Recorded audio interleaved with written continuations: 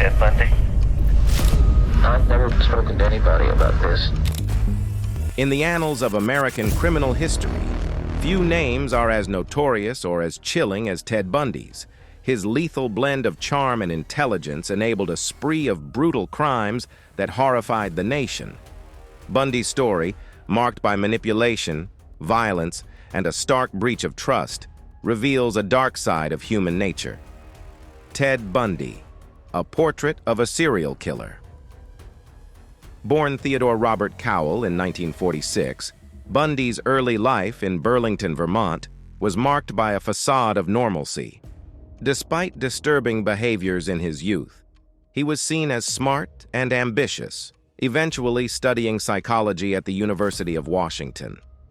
Bundy's crimes spanned from 1974 to 1978, claiming the lives of young women across several states. He wielded his charisma to lure victims, often feigning disability or authority to deceive them before overpowering and killing them. His killing fields stretched from Washington to Florida, each crime scene a testament to his calculated brutality. Washington state saw the beginning of his murderous spree, with victims disappearing under circumstances that pointed chillingly towards Bundy. Oregon, Utah, and Colorado followed, with each state bearing witness to the disappearance and murder of young women, culminating in the heinous Chi Omega sorority house murders in Florida in 1978. The Predator's blueprint, method, madness, and the trail of Ted Bundy. Ted Bundy was executed for the murder of a 12-year-old girl. 35 years ago, serial killer Ted Bundy was executed in the state of Florida. One woman who survived being attacked by him says she had the opportunity to bear witness, but chose to move on instead. Ted Bundy's series of brutal crimes, which he committed across several states, has made him one of the most notorious serial killers in American history. His modus operandi, psychological profile, and the sheer brutality of his crimes have been extensively studied in an effort to understand what drove him to such extreme violence. His modus operandi. Bundy's approach to his crimes was methodical and calculated. He typically targeted young women and girls, using his charisma and good looks to lower their defenses. Bundy often feigned injury, using props like casts or crutches, or pretended to be an authority figure such as a police officer or firefighter to gain the trust of his victims.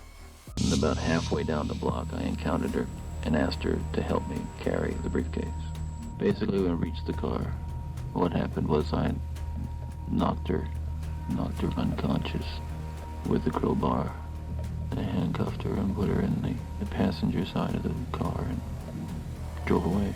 Once he had lured them to a secluded spot, Bundy would overpower them, often using a blunt instrument or strangulation, his locations and victims. From 1974 to 1978, Bundy's killing spree covered a wide geographic area.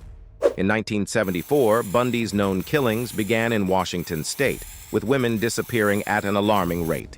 His first known victim was Linda Ann Healy, taken from her apartment in Seattle. Young women began to disappear in the area thereafter, many of whom were last seen in situations where they could have encountered Bundy. While fewer confirmed abductions occurred in Oregon, it is believed that Bundy may have been responsible for disappearances here as well, given his travel patterns and the similarities between these cases and his confirmed victims. After moving to Utah for law school in the fall of 1974, the disappearances continued. One of his first known Utah victims was Melissa Smith, the daughter of a police chief. Bundy's attacks became more brazen, with abductions happening in densely populated areas in broad daylight.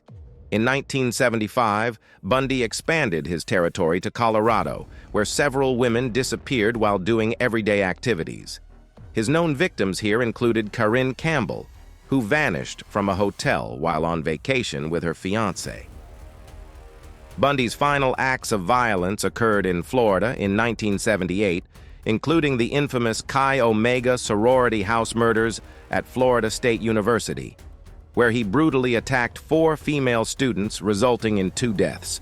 His crime scenes? and acts. Classes had been going on for about a week, and everyone was moved in to the house. Bundy's crimes were not only marked by their brutality, but also by his post-mortem interactions with his victims. He often returned to the scenes where he had disposed of the bodies to perform acts of necrophilia. Bundy managed to transport some victims' bodies to secluded locations where he could revisit them. This behavior indicates a profound level of detachment and a need to exert control even after his victims' deaths, his capture, confessions, and unknown victims. As the law's net began to close, Bundy's mask slipped, and his true face revealed. His capture came after a traffic stop in Utah in 1975, leading to his first arrest after a cascade of evidence linking him to the terror that had gripped the region. Despite escaping custody twice, his final capture led to trials that showcased his eerie charisma and intelligence. His intelligence, once his shield, became his spectacle, paraded in courtrooms where he sought to defend his name, only to be condemned by the weight of his own atrocities. Initially, Bundy denied all accusations and charges against him.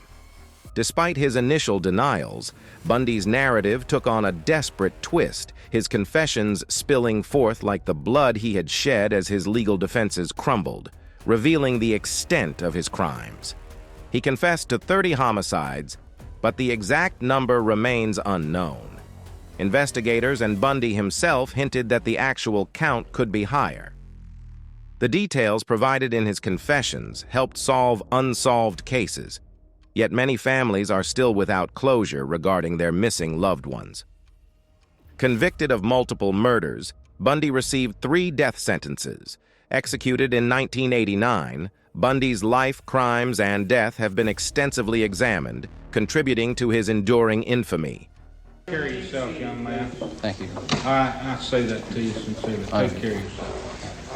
It's a tragedy for this court to see such a total waste, I think, of humanity that I've experienced in this court. You're a bright young man. You made a good lawyer. I'd love to have you practice in front of me, but you went another way, partner. His ability to maintain a facade of normalcy raises haunting questions about the nature of evil and the human psyche.